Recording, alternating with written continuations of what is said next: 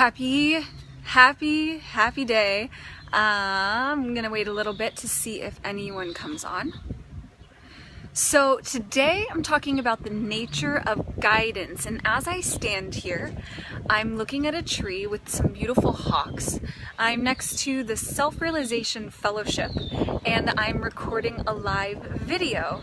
And I know this might be an interesting example, but I'm talking about the nature of guidance because what I see some people do is they get confused about what is the nature of guidance. What is the nature of my intuition? I'm being guided by my intuition. I'm not being guided by my intuition. I'm ignoring my intuition. I'm being guided. And what is the way? And I'm not sure what the way is. And who's running the show anyways, ladies and gentlemen? Who is guiding the ship anyways?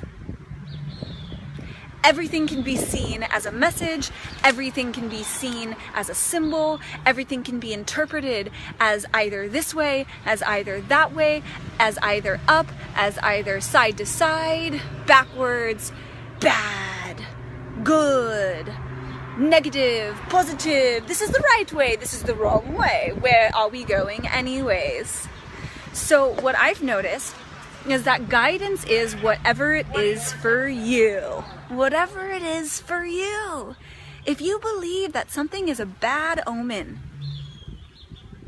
then it's going to probably be a bad omen because it's coming from inside you. If I see a tree and I have this sense that when I see this particular kind of tree, I'm on the right path, I'm anchoring in a sense of I am on the right path. I am on the right path.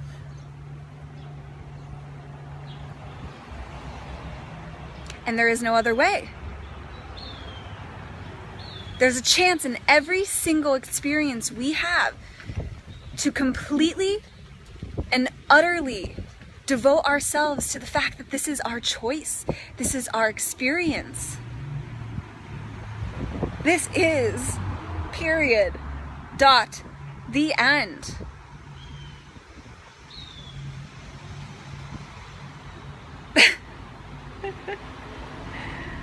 And I'm not sure what IGS means, inner guidance system. Yeah, great, inner guidance system. There's a tricky thing about when I hear that. I feel like some people have a rigid and fixed idea of an inner guidance system. That what was once the truth, the way, the guidance, gets fixed. And then we think that if I see this thing and I'm following this thing, that it's always going to get XYZ result. And so I'm encouraging that we anchor into the present moment and the present expression of our authentic love and divinity. And the reason why I'm saying that is because if externally we see a tree and it means to us that we are on the right track, then we are on the right track. But we can at any point in time decide that we want that tree to be a sign of I'm on the wrong path or I'm needing to look the other way, and we can mold that and shape that and shift that. And feeling that I do not create my reality, feeling that I created my relationship to it.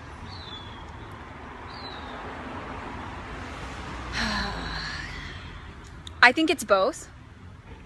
And for what it's worth, I feel it's both. It's both that I am creating my reality and I'm creating my reality based on my reaction to my external situation and external circumstances.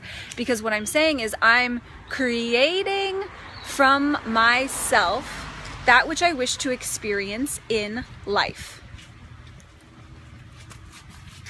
And if I have something that's unresolved inside, I'm going to either see that externally, and then I can respond to my external environment based on my reaction to it. Example, I'm experiencing something that I don't like.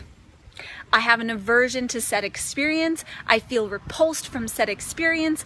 I can choose to see that experience as I'm in the wrong place. I didn't listen to my intuition. I must be going the wrong way because things aren't going according to my plan. Or I can say, things are going exactly according to plan. Perfectly and divinely according to plan. Let me take a step back and observe my situation, observe my environment and what's taking place around me, and decide how I want to take this experience and move with this experience. Am I going to integrate this experience and decide inside what my new trajectory is based on the information I've received from my dislikes and my likes?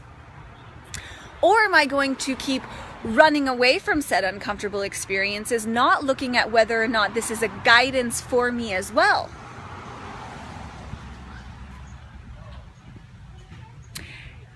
And I'm reading the comments, and so I'm kind of taking a step. Yeah, I think that I create my relationship to it. So you said feeling that I do not create my reality, feeling that I created my relationship to it. Things do not happen to me, they happen for me. This is something that I would love to get into deeper on a one-on-one basis, because this information is broad and I'm channeling a part of myself that not everyone's going to get. Depending on the level of awareness that you're currently experiencing, you're going to hear different things from what I'm saying. And so if there's something that's personal to your experience, you're going to hear that piece from what I've said. And there's also a greater version of what I said that's going to be heard based on level of awareness, level of necessity, and where everyone else is at in their current experience. So that is just another fraction of what I'm speaking about when I talk about guidance. What I'm saying is only going to come through to you based on what the need is of your internal self. Is it the time for you to hear the intense intergalactic download that I'm putting through? Or is it time to hear the way it relates to the choice to go get lunch or dinner, or with whom you get lunch with and dinner with, and how that plays out in the day? There's a different way to receive information based on what your internal guidance system is at any given moment in time.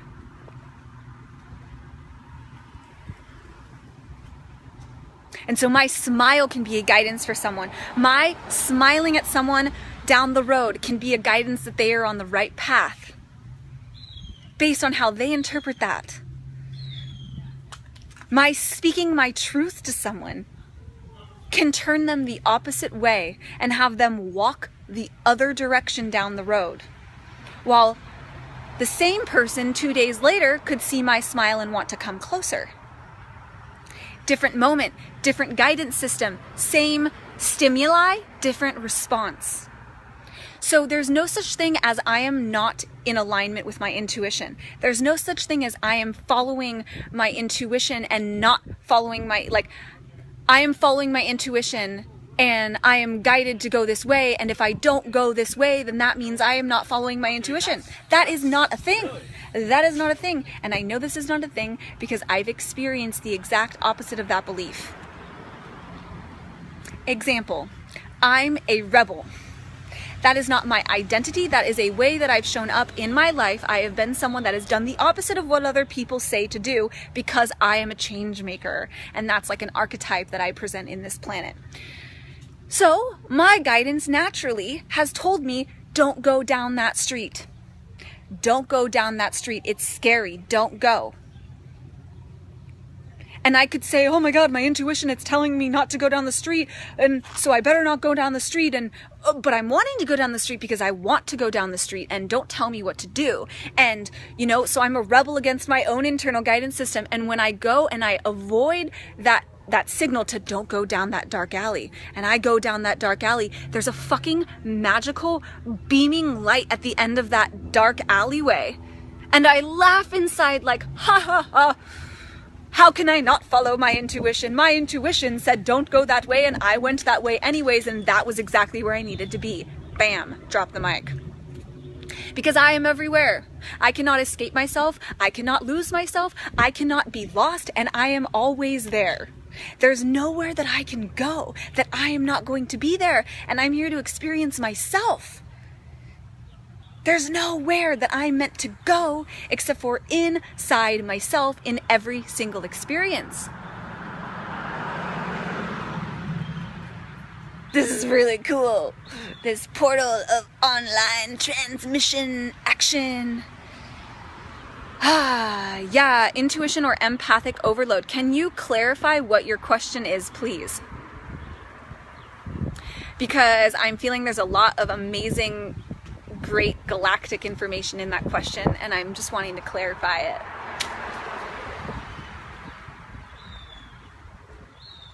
Intuition or empathic overload.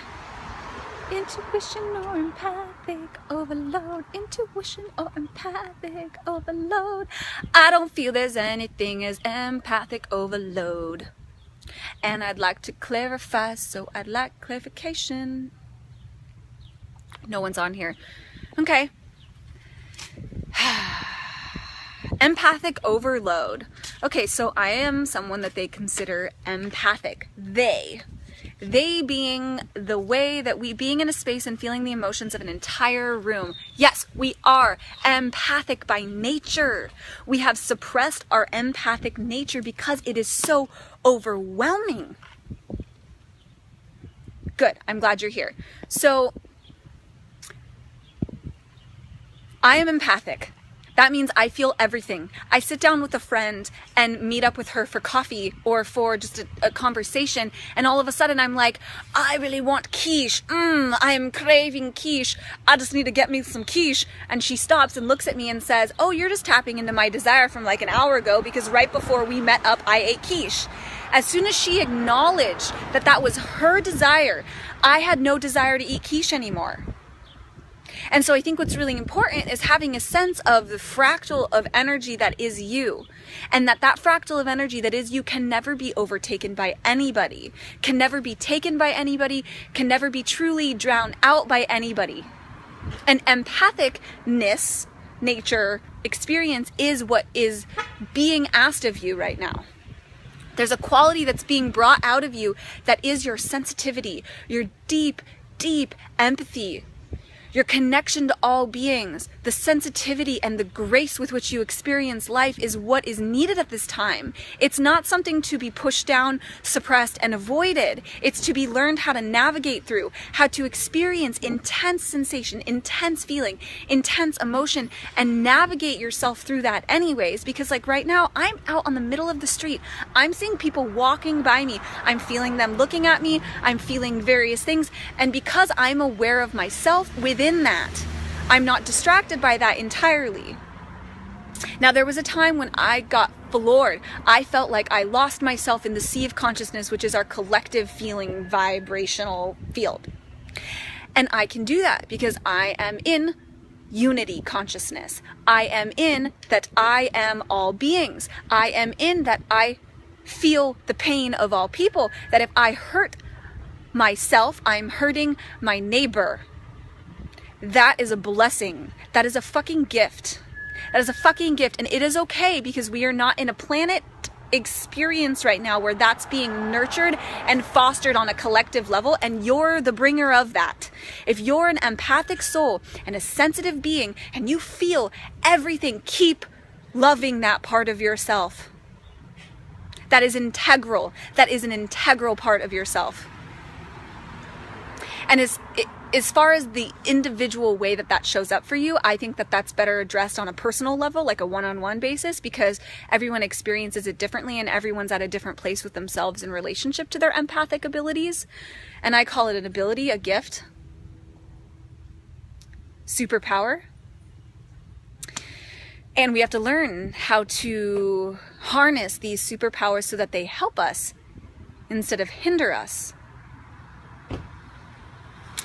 So, I mean, we can say indefinitely that any challenge is the roadway to feeling strong in that area.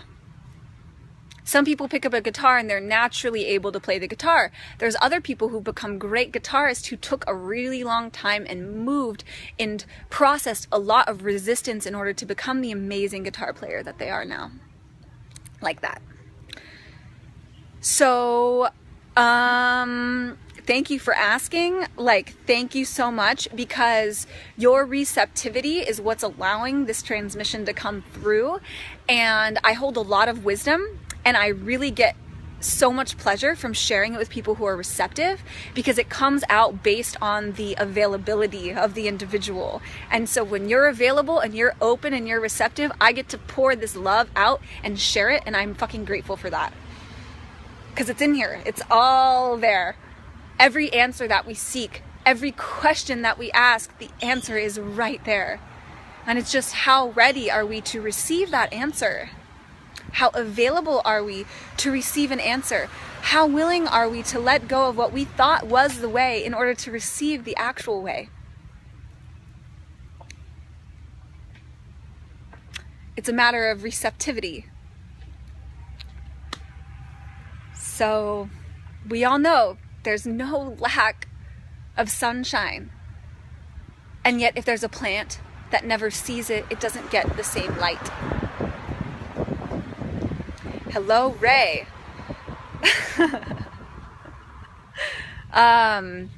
Yeah, so this has been an awesome conversation thus far, /download /transmission.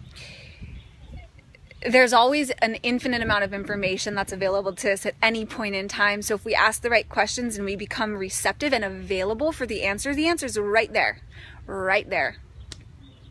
waiting for us like a juicy, ripe fruit that we can just eat and smother all over our faces. Well, you might not smother it, but I would smother it all over my face.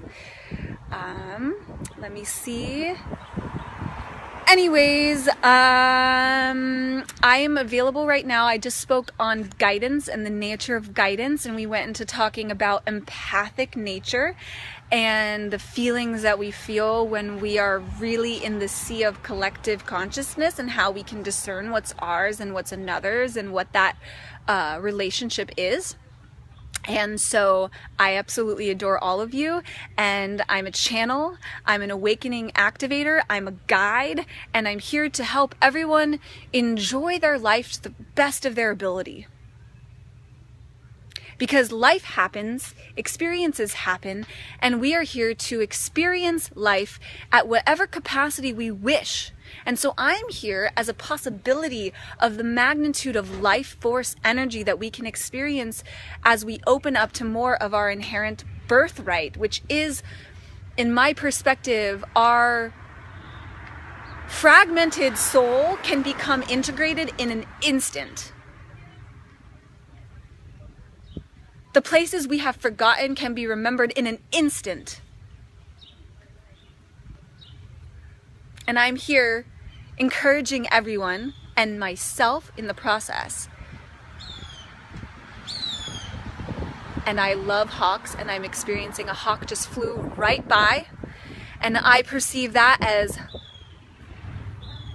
fuck yeah. I love you guys. I'm here. Reach out to me, and may we all rise. And yeah, she's amazing. And may we all rise and elevate our experience of life so that we can embrace everything with an open heart.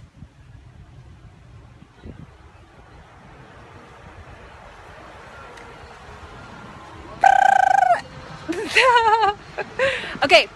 Blessings, everyone. If you need to contact me through the interweb, Facebook, and always call on my support if there's needed. There's needed support. Anyways, blessings. Thank you. Until next time. Thank you, Becca, for being here. Thank you, Ray. And God bless all beings. Remember who you are.